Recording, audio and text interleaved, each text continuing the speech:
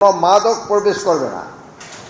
স্পর্শকাতর এলাকাগুলোতে অতিরিক্ত স্বরাষ্ট্র উপদেষ্টা জাহাঙ্গীর আলম চৌধুরী বলেছেন, প্রতিবেশী দেশগুলোর সঙ্গে সীমান্ত সমস্যা সমাধানে কৌশলী হতে হবে। তিনি বলেন, সীমান্ত দিয়ে যেন বাংলাদেশের কোনো অপরাধী বা সন্ত্রাসী পালাতে না পারে সে ব্যাপারে আরও সতর্ক থাকতে হবে। আজ সোমবার সকালে বিজিবি দিবস উপলক্ষে রাজধানীর পিলখানায় এক সংবর্ধনা অনুষ্ঠানে তিনি এসব কথা বলেন। চক্ষু ফাঁকি দিয়ে দেশি কোনো পণ্য বিদেশে পাচার হবে না।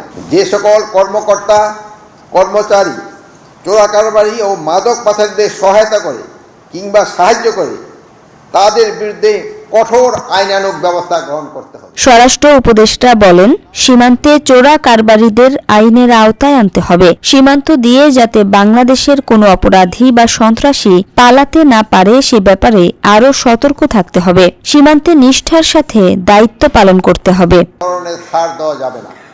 ডিসিপ্লিন, ট্রেনিং অ্যান্ড ওয়েলফেয়ার তিনটা কিন্তু সাইড বাই সাইড চলতে হবে।